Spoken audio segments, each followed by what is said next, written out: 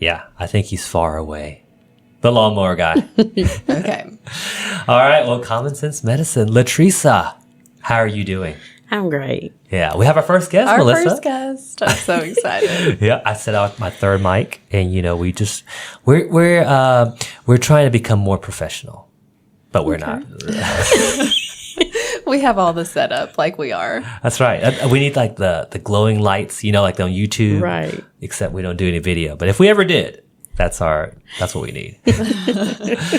Well, today, Latresa, the reason we brought you on is because I think you told me one time about what your brother told you, which was he was a diabetic. He was struggling, and he said that people just didn't understand what he was going through, why he didn't want to take the medication, why he didn't want to eat a certain way. And, that got me thinking, because it's right. I don't understand what it's like to have to take medications or shots or have diabetes or be limited on what we can eat. So I figured I brought somebody who does understand. Yeah, it's kind of different. You crave the carbs and the sugars, you feel good. Mm-hmm. But once you eliminate them, it's like you crash hard. And once you get on the medication, if you trying hard and eating right, your medication makes you kind of feel kind of tired all the time. Yeah. No energy. But once you stay on it about a good month, you can tell it's working. You go to feeling better. So it's just rough when you first start out, but you just have to push through it. Mm-hmm. It's just make you feel like you don't want anything to eat. Anytime you smell food, it just make you nauseated. Mm-hmm. It's just a different feeling. It's a sick feeling. Yeah. Well, tell us a little bit about like your history with diabetes. So when were you diagnosed, and kind of what has your progress been so far? I was diagnosed back in 18, maybe 2016. And I was like, okay, I have a family history of diabetes. So I was like, okay, I have to do something. And around about 2019, I worked hard, 5 miles walking every day, just changed everything. I went a whole year, A1C normal, no medication.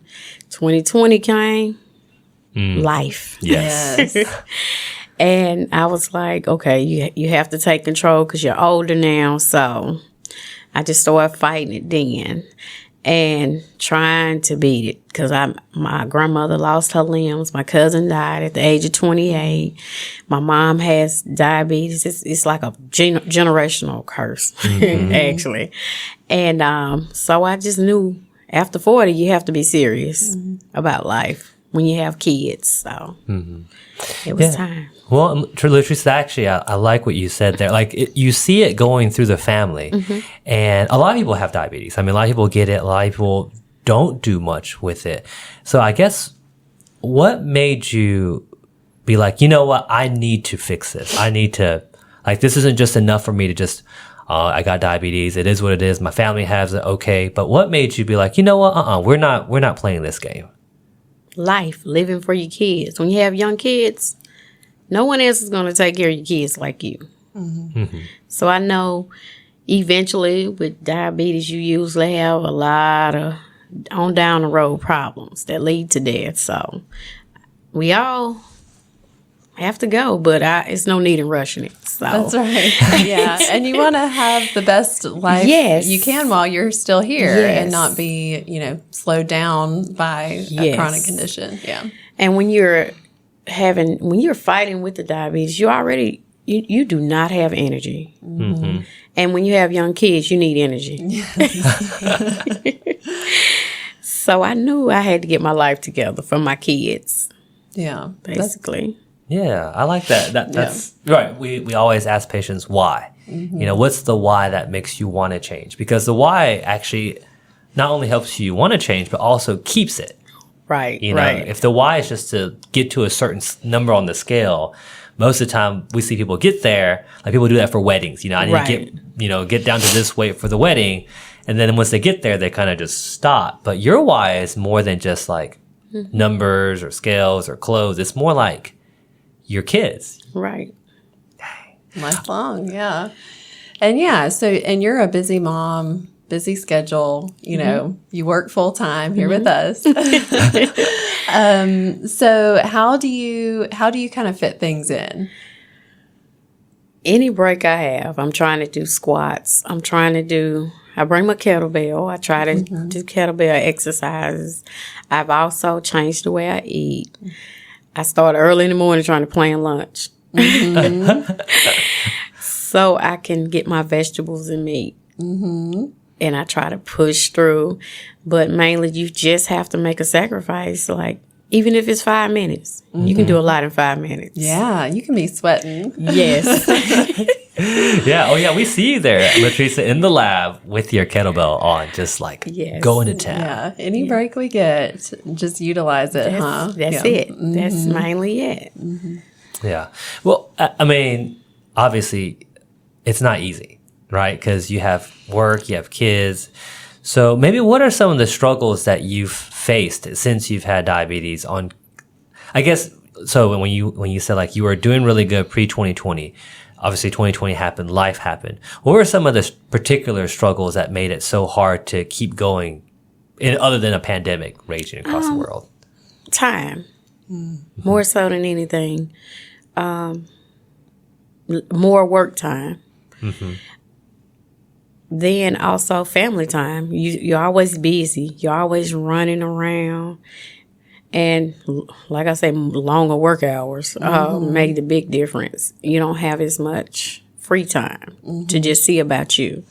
So you have to just kind of figure out what works best when that time happens. Like, okay, I can get up 30 minutes earlier and work out a little bit versus not doing anything at all. So I just had to change my whole mindset. Yeah. Mainly because things in life are going to happen. We have to work. Just have to figure it out. Work. Yeah, girl.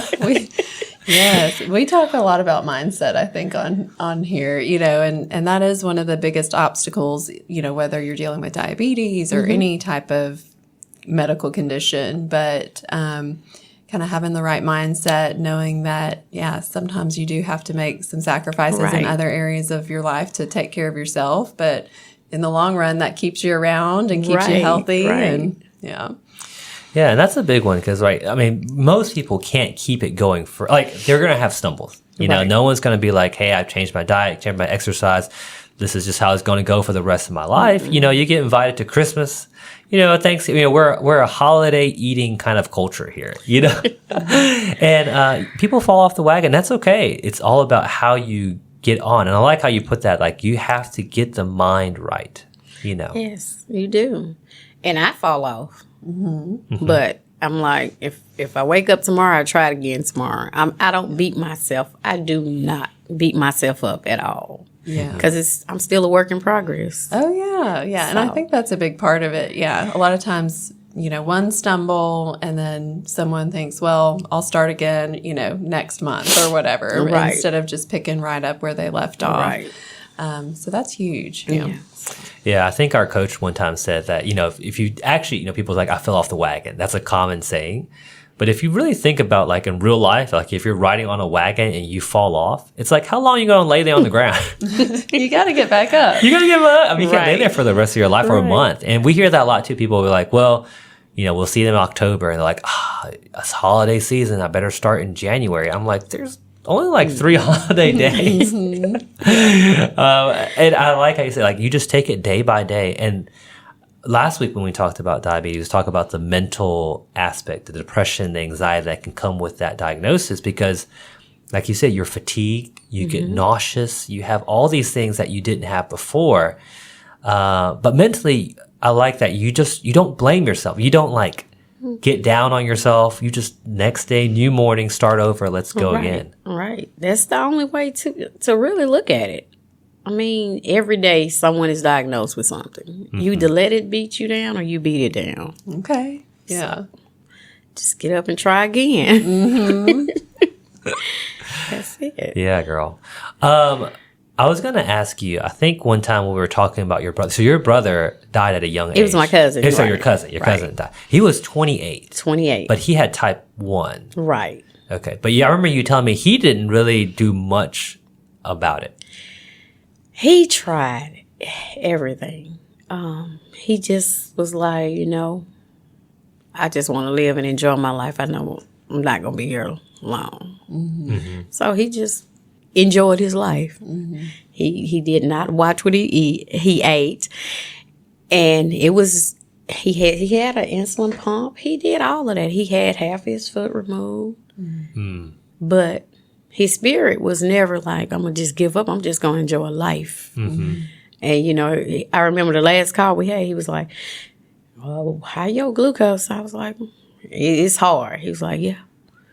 Everybody has an answer, but nobody really goes through it with you." So, yeah. He just enjoyed life. We're going to just put it like that. He knew all the side effects. He knew everything. Because his mama doctor, his sister doctor, they did everything they could do for him. But he was like, they always fussing at me about this, that. But I just want to enjoy life. And that's what he did. Yeah. Until he left. Yeah.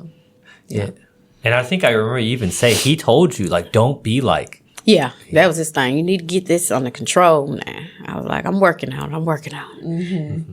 And then as, life goes on and you realize, okay, I'm not 30 anymore. I'm not 35.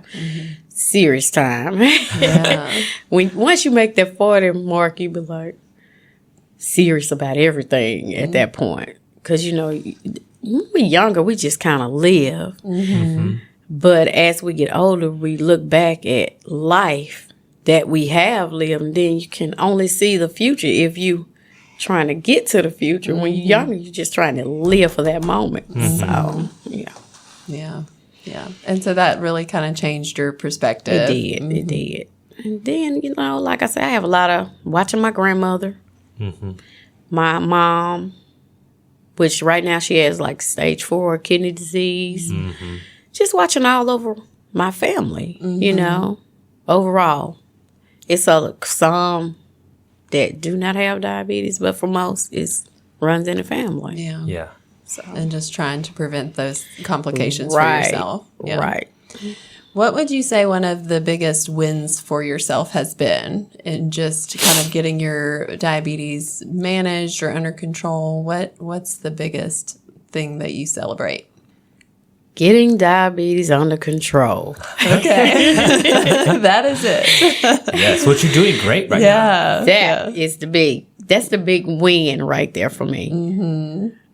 I mean, I do want to lose weight and all that, but I think about Dr. Chen and that little process, 2 years for that. I've been thinking about that a lot because my numbers are not moving, but my inches are, and my A1C is really going down. Yes. So So that's the big win. Yeah. Oh, for sure. Yes. Yeah. Huge change in your A1C. Yes. And with that reduces those risks for Right. future complications. So that's a huge win. Yes.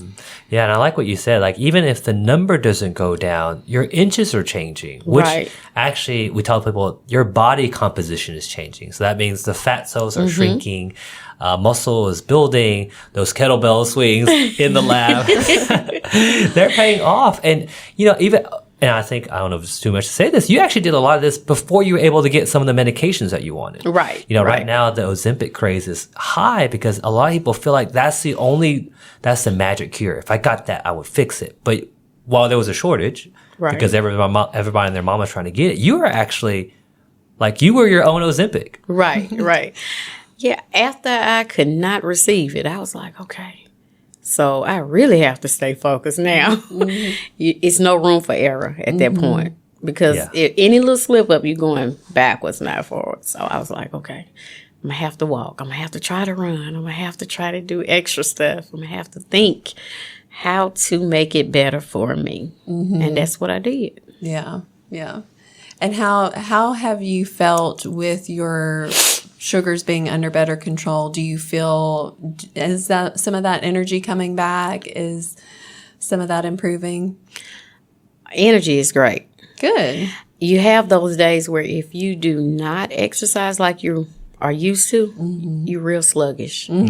So that's where you have to be like, you know what? I have to get back. You push a little harder. Yeah. immediately notice the difference. You immediately notice it.